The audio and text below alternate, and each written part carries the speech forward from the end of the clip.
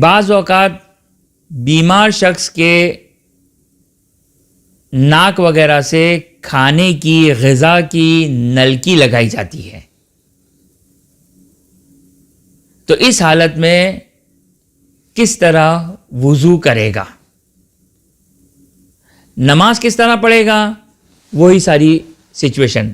اگر کھڑے رہ کر نماز پڑھ سکتا ہے کھڑے رہ کر، اگر کھڑے رہ کر نہیں پڑھ سکتا ہے تو بیٹھ کر نہیں پڑھ سکتا ہے تو لیٹ کر.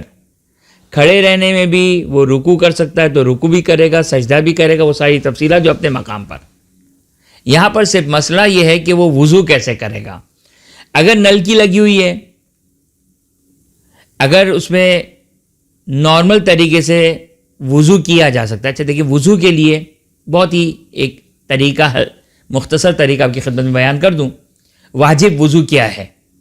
واجب وضو چہرے کا دھونا. قرآن کی آیت اعوذ باللہ من الشیطان الرجیم بسم اللہ الرحمن الرحیم فاغسلوا وجوہکم وایدیکم الی المرافق فامسحوا برؤوسکم وارجلکم یا ارجلکم. یہ 6 چیزیں ہیں. چہرہ دھونا، سیدھا ہاتھ دھونا، الٹا ہاتھ دھونا، سر کا مسح، سیدھے پیر کا مسح اور بائیں پیر کا مسح. یہ 6 چیزیں واجب ہے، باقی سارے مستحبات ہیں. اب اگر نلکی لگی ہوئی ہے، خداوند متعال انشاءاللہ تمام مریضوں کو شفا عطا کرے. جو مومن و مومنات ان بیماریوں سے محفوظ ہے، خداوند متعال تمام مومن و مومنات کو اپنے حفظ و امان میں قرار دے. اگر نلکی لگی ہوئی ہے اور اس میں نارمل وضو ہو سکتا ہے. نارمل وضو کا مطلب یہ نہیں ہے کہ باقاعدہ ہم پانی بہائیں، بلکہ آدھے کپ آدھے گلاس میں وضو ہو سکتا ہے. مختصر سا پانی لیں، پیشانی پہ ڈالیں، ہلکا ہلکا پانی جو ہر جگہ ہاتھ پھیر دیں. اسی طرح سیدھا ہاتھ، اس طرح الٹا ہاتھ، اس طرح سر کا مسح، پیر کا مسح. خب اگر نارمل طریقے سے وضو ہو سکتا ہے تو ویری گڈ. اگر نہیں ہو سکتا ہے، عام طور پر شاید مشکل ہوتی ہے. مثال کے طور پر نلکی لگی ہوئی اور ٹیپ سے چپکایا ہوا ہے اور اس کو اکھاڑنا ممکن نہیں ہے، اس کو نکالنا ممکن نہیں ہے. تو اب نکالنا ممکن نہیں ہے تو اب کیا کریں؟ یہ ایک پوائنٹ یہاں پر. یہیں پہ ساتھ ساتھ آپ کی خدمت میں کینولا کا مسئلہ بھی بیان کر دوں. کینولا عام طور پر ہاتھوں پہ لگایا جاتا ہے. یہ ہاتھ آپ کے سامنے ہے، یہ رسٹ کلائی جس پر تیمم کیا جاتا ہے، یہ رسٹ کلائی جس پر تیمم کیا جاتا ہے، یہ اوپر کا حصہ ہے جو وضو کے لیے یہ پورا دھویا جاتا ہے. کینولا عام طور پر یہاں پہ، اچھا کینولا عام طور پر تو لوگ یہاں پر لگاتے ہیں. میرا مشورہ یہ ہے کہ اگر ڈاکٹر کو کنونس کر سکتے ہیں، ڈاکٹر کو راضی کر سکتے ہیں، تو کینولا یہاں پہ نہ لگوائیں. کیوں؟ یہ آپ کے لیے ایک مشکل مسئلہ ہوگا. لہٰذا کینولا کو کوشش کریں کہ اس طرف لگوائیں، یعنی کلائی سے اوپر والی طرف لگائیں. یہ میں نے کیوں کہا آپ کی خدمت میں عرض کرتا ہوں میں. خوب کینولا لگایا آپ نے، چاہے یہاں پہ لگایا چاہے یہاں پر لگایا، کوشش کریں یہاں پہ لگائیں تاکہ آنے والی مشکل سے فیس نہ کرنا پڑے. بس کینولا آپ نے لگایا، چاہے یہاں پر لگایا چاہے یہاں پر لگایا، یا یہ نلی جو انسان کے ناک سے جا رہی ہے اور اس کو ٹیپ سے چپکایا ہوا ہے اور پانی کے لیے رکاوٹ ہے، اس کو ہٹایا نہیں جا سکتا ہے، یا اسی طرح کوئی اور یعنی کیا مطلب؟ یعنی زخم نہیں ہے.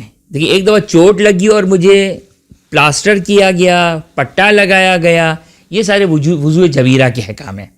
اب وضو جبیرہ یہ خود ایک تفصیلی گفتگو ہے کہ وضو جبیرہ کیا ہے اور کب کیا جاتا ہے. لیکن اگر زخم ہو، ہڈی ٹوٹی ہوئی ہو، پھوڑا ہو، یہ 3 چیزیں، زخم، ہڈی ٹوٹی ہوئی یا پھوڑا، ان کے لیے وضو جبیرہ ہوا کرتا ہے. ان 3 کے علاوہ یہ جو نالی غذا کی نلکی ہے، یہ نہ زخم ہے، نہ پھوڑا ہے، نہ ہڈی ٹوٹی ہوئی ہے. یہ کینولا، یہ نہ زخم ہے، نہ ہڈی ٹوٹی ہوئی ہے، نہ پھوڑا ہے، پانی پہنچنے کے لیے رکاوٹ ہے. تو یہاں پر فرض یہ کہ ہٹانا ممکن نہیں ہے، ہٹانا ممکن نہیں ہے، یا نقصان دہ ہے، یا ممکن نہیں ہے، یا حرجی ہے. تو اب اس صورت میں اگر اعضائے وضو کے اوپر ہے، اچھا فرض ہے کہ اعضائے وضو کے اوپر، اگر اعضائے وضو کے اوپر نہیں تو کوئی مسئلہ ہی نہیں ہے.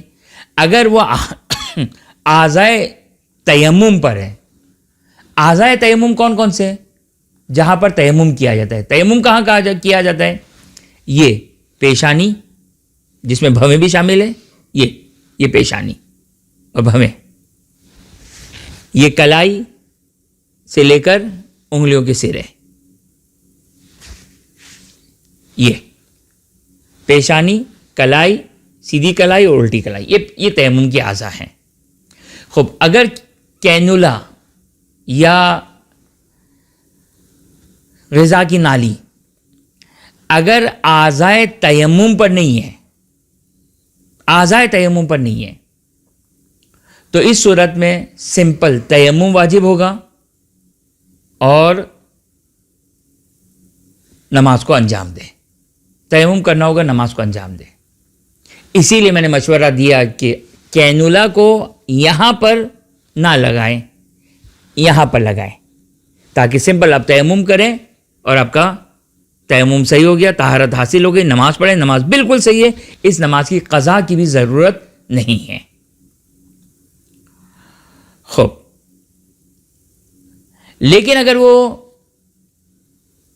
پھوڑا، زخم اور ہڈی کا ٹوٹنا، اس کے علاوہ کا مسئلہ جو بیان کر رہے ہیں ہم، وہ نہیں، اس کے علاوہ کا مسئلہ، جیسے کینولا ہے، نلکی ہے، نلکی لگی ہوئی ہے غذا کی، یا کوئی اور ایسی چیز لگائی گئی ہے، تو پھر اس صورت میں اگر اعضائے تیمم پر ہے، جیسے یہ اعضائے تیمم، یہاں پر یہ اعضائے تیمم ہے، یعنی ہتھیلی کی پشت پر یہ اعضائے تیمم ہے، یا اگر خدا نخواستہ مثال کے طور پر یہاں پہ کوئی نالی جو نلکی ہے اس کو یہاں پہ ٹیپ چپکایا گیا ہے اور مجبوری ہے، یہاں نہیں چپکائی جا سکتی، یہاں پہ چپکائے گی جو پیشانی ہے، تو پھر فقہا یہ فرماتے ہیں کہ اس صورت میں آپ کو دونوں کرنا ہوگا، یعنی وضو جبیرہ بھی اور تیمم بھی. وضو جبیرہ، اب میں کینولا کی مثال دوں کہ مثال کے طور پر یہاں پہ کینولا لگایا ہوا ہے اور ساتھ ٹیپ لگائی ہوئی ہے جس کو ہٹانا ممکن نہیں ہے، تو نارمل طریقے سے یہاں سے وضو کروں، جب کینولا پہ پہنچوں تو اس کے اوپر گیلا ہاتھ پھیر دوں، اگرچہ بہت ہاتھ مشکل ہوتا ہے لیکن آہستہ آہستہ آہستہ کر کے گیلا ہاتھ پھیر دوں، پھر جو جگہ کھلی ہوئی ہے اس کے اوپر ہاتھ پھیر دوں. یہ ہو گیا وضو جبیرہ، اور ساتھ ساتھ تیمم بھی کرنا ہوگا، تیمم بھی ساتھ ساتھ کرنا ہوگا. بس وہ غذا کی نالی کا مسئلہ، غذا کی نلکی کا مسئلہ اور کینولا کا مسئلہ جو وہ یہاں تک بیان ہو گیا.